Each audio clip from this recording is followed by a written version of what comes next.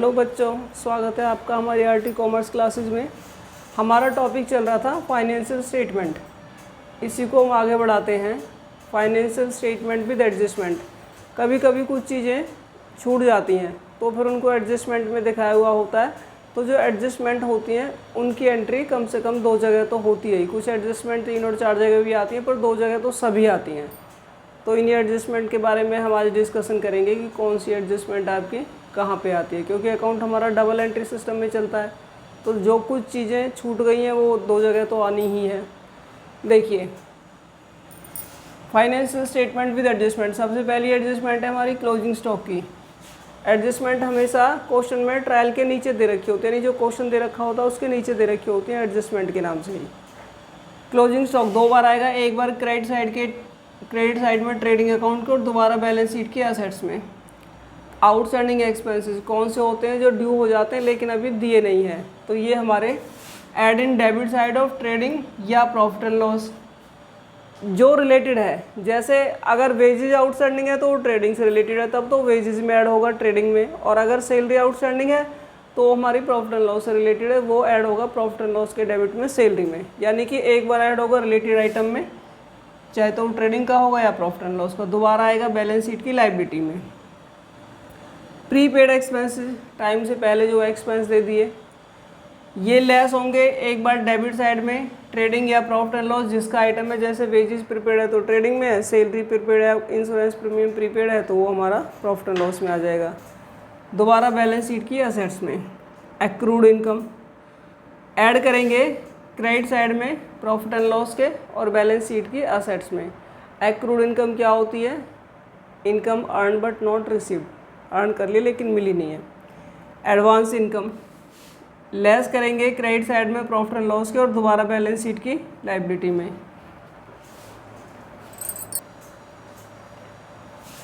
अगली एडजस्टमेंट देखिए, अगली एडजस्टमेंट है हमारी डेप्रिशिएशन की।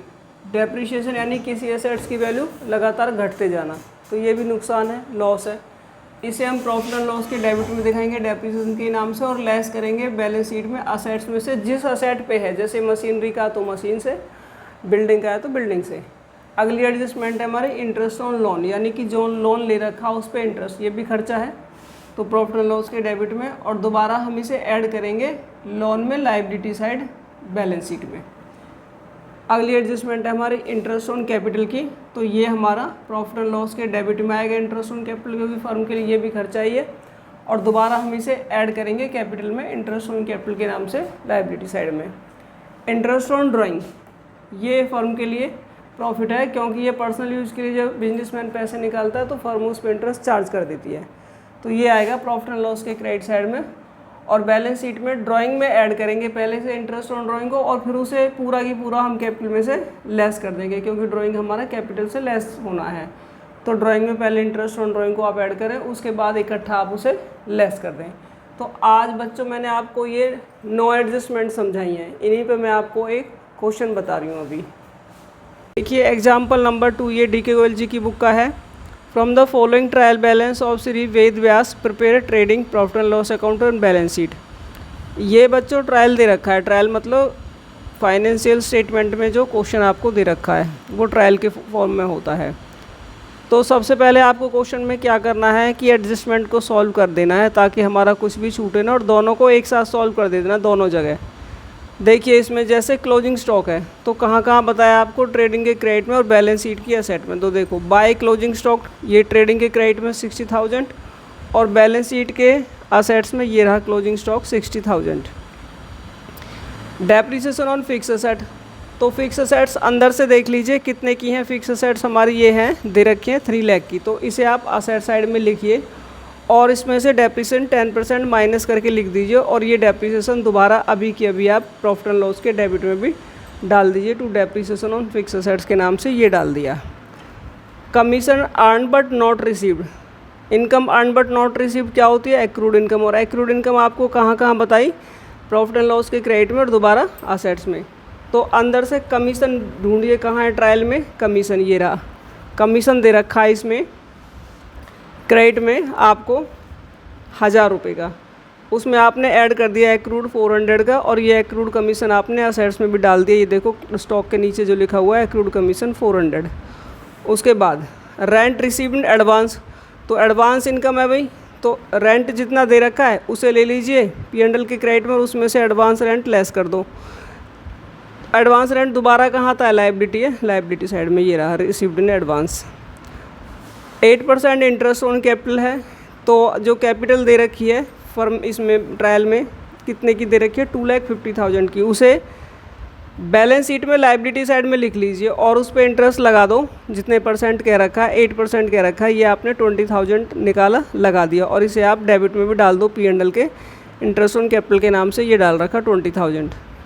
इंटरेस्ट ऑन ड्राइंग है आपका 900, तो कहाँ कहाँ बताया था, एक बार प्रॉफिट एंड लॉस की क्रेडिट में डाल दिया, और दोबारा इसे आपको ड्राइंग में ऐड करने के लिए बोला था, तो ड्राइंग दे रखा आपको 15,000 का, उसमें 900 और ऐड कर लो, तो 15,900 हो गया।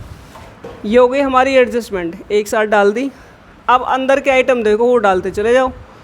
परचेज ट्रेडिंग के डेबिट में, सेल ट्रेडिंग के क्रेडिट में, रिटर्न डेबिट में जो होती है वो सेल रिटर्न होती है, और क्रेडिट में परचेज रिटर्न होती है। तो सेल रिटर्न को सेल से लेस कर लो, परचेज रिटर्न को परचेज से लेस कर लो।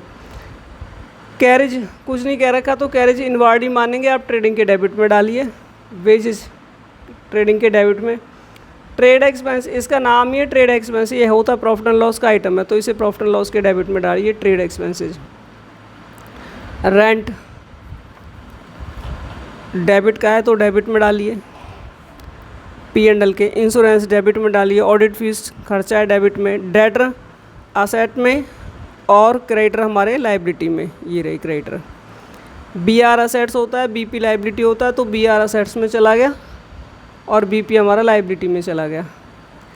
कमीशन प्रिंटिंग एंड स्टेशनरी आपका प्रॉफिट एंड लॉस का आइटम है, ये डाल दिया।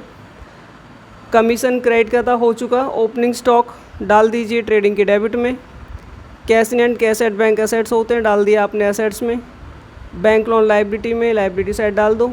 इंटरेस्ट ऑन लोन खर्चा होता है, डेबिट में डाल दीजिए। सभी खर्चे आप ट्रेडिंग के डेबिट में डालेंगे, इनडायरेक्ट वाले। कैपिटल लाइबिलिटी साइड में डाल दी 2,50,000 की। ड्राइंग में इंटरेस्ट ऑन ड्राइंग ऑलरेडी हम ऐड कर चुके हैं। फिक्स असेट्स आपने फिक्स असेट साइड में डाल दी। एडजस्टमेंट हमारी पहले ही हो चुकी हैं। ट्रेडिंग का टोटल करो दोनों तरफ का, डिफरेंस करके ग्रॉस प्रॉफिट आएगा। इस ग्रॉस प्रॉफिट को प्रॉफिट एंड लॉस के क्रेडिट में ट्रांसफ़र करिए, और फिर प्रॉफिट एंड लॉस के दोनों साइड का टोटल करो। क्रेडिट में से डेबिट लेस करके जो नेट डिफरेंस आ रहा है वो नेट प्रॉफिट है। अब इस नेट प्रॉफिट को कैपिटल में ऐड करिए। इंटरेस्ट पहले ही ऐड कर चुके हैं, टोटल करो। इंटरेस्ट ऑन ड्राइंग माइनस करो और डाल दो इसके बाहर इस वाले कॉलम में, मैन वाले कॉलम में। अब दोनों साइड का टोटल कर दो, टोटल बराबर आ गया, इट मीन्स आपका आंसर ठीक है। नहीं आया तो कहीं कोई मिस्टेक है, देख लें। तो उम्मीद है बच्चों समझ में आ गया होगा ये पॉइंट आपको।